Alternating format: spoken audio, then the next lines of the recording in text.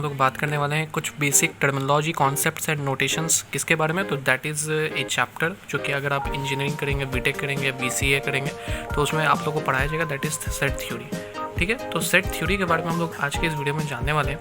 तो set theory आखिर होता क्या है, तो इन्हीं सब चीज़ को आज के इस वीडियो में हम लोग जानेंगे अपने इस मैथ्स के बुक के मदद से।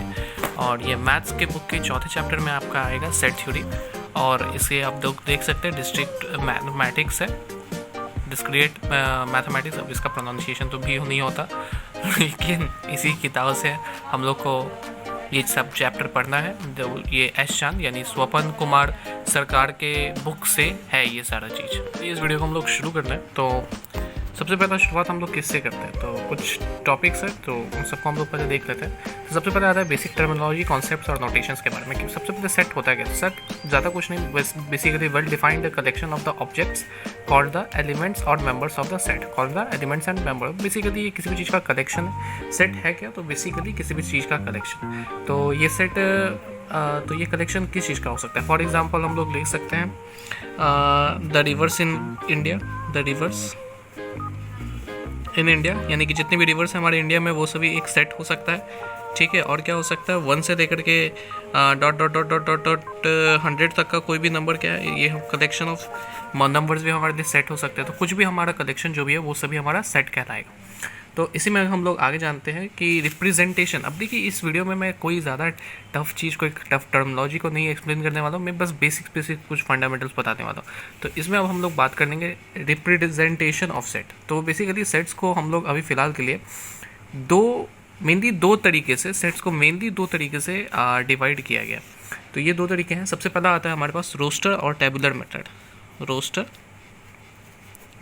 जिसे हम और टेबुलर मेथड, जिसे हम टेबुलर मेथड भी बोल सकते हैं। ठीक है, और हमारे पास दूसरा आता है दैट इज़ रूल मेथड, या फिर सेट बिल्डर मेथड भी बोल सकते हैं इसे। रूल मेथड या फिर इसे सेट बिल्डर मेथड भी बोला जाता है, सेट बिल्डर मेथड। तो बेसिकली अभी हम लोग को सेट में यही दोनों मेथड्स के बारे में बताया गया। ठीक है, तो रोस्टर मेथड क्या होता है, और रोस्टर बोले या टैबुलर बोले, एग्जाम में अगर कुछ भी बोले तो बात बराबर ही है हमारे लिए। ठीक है, रूल मेथड और सेट बिल्डर मेथड भी हमारे लिए बात बराबर ही। तो अभी फिलहाल के लिए सेट को इन्हीं दो कैटेगरीज में रिप्रेजेंट किया गया, इन्हीं दोनों तरीके से रिप्रेजेंट किया गया। तो इसी में हम लोग थोड़ा सा एक चीज़ और जानते हैं। ठीक है, रोस्टर और टैबुलर फॉर्म आखिर होता क्या है, ये जो रोस्टर फॉर्म होता है या फिर टैबुलर फॉर्म होता है, ये आखिर होता क्या है, तो इन्हीं चीज़ के बारे में जानेंगे। तो सबसे पहले हमारे पास आती है रोस्टर।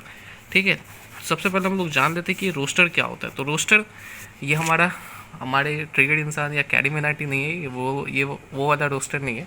यहाँ पे हम लोग एक चीज़ देख लेते हैं। ठीक है, एक एग्जाम्पल के मदद से समझेंगे। ठीक है, तो for example the set of binary digit, एक the set of binary digit.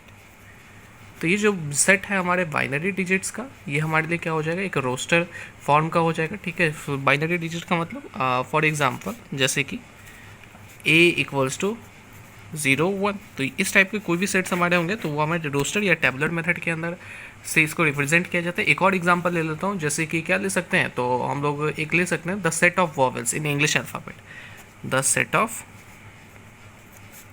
Vowels in English alphabet, in English alphabet. तो ये दोनों चीज़ें हमारे लिए क्या हो सकता है, तो जैसे कि AEIOU जो भी है, AEIOU, ये हमारे लिए क्या हो सकते हैं, तो सेट हो सकते हैं।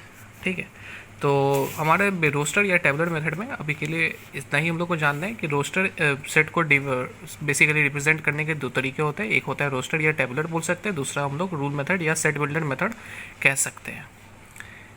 रोस्टर मेथड को रिप्रेजेंट करने का आप लोग तरीका देख चुके हैं। यहाँ पे क्या है, जैसे कि एक वॉवेल है, इंग्लिश लेटर्स में जितने भी वॉवेल्स होते हैं, इंग्लिश अल्फ़ाबेट में जितने भी वॉवेल्स होते हैं उन सभी का एक सेट की तरह रिप्रेजेंट किया गया है। यहाँ पे बाइनरी डिजिट्स को एक सेट की तरह रिप्रेजेंट किया गया है। हमारा जो सेकंड मेथड आता है दैट इज़ रूल मेथड, या फिर हम लोग बोल सकते हैं इसे सेट बिल्डर मेथड। तो ये बहुत ही ज़्यादा इंटरेस्टिंग तरीका है कभी भी किसी भी सेट को रिप्रेजेंट करने का। जैसे कि अगर मैं बोलूँ कि हमारे पास एक सेट है जो कि रोस्टर फॉर्म में है, S = -3 -4 -1 1 1 ले लेते हैं। ठीक है, 2 3, इसमें एक बीच में 0 दे देना, ठीक है, और इसे हम लोग एंड कर देते हैं, ठीक है। फॉर एग्जांपल ऐसा कोई हमारे पास है, ऐसा कोई हमारे पास कोई सेट है, ठीक है। अब इसी सेट को, ये सेट हमारा किस में है, तो ये सेट हमारा है रोस्टर मेथड में, ठीक है। और इस सेट को हम लोग को कन्वर्ट करना है किस में, तो हमारे सेट बिल्डर मेथड में। तो सेट बिल्डर में इसे हम लोग कैसे लिखेंगे, तो इस चीज़ को हम लोग गौर करेंगे, that is S equal to x/x is an integer and -3x4, ठीक है। तो बेसिकली किसी भी सेट को जब हम लोग सिंबल्स के फॉर्मेट में ऐसे रिप्रेजेंट करते हैं, वही हमारा क्या हो जाएगा, रूल मेथड या फिर सेट बिल्डर मेथड। तो सेट बिल्डर मेथड में हम लोग क्या करते हैं, सिंबल्स के फॉर्मेट में सेट्स को रिप्रेजेंट करते हैं एक तरीके से इस टाइप के फॉर्मेट में, सिंबल्स और ये सब के फॉर्मेट में।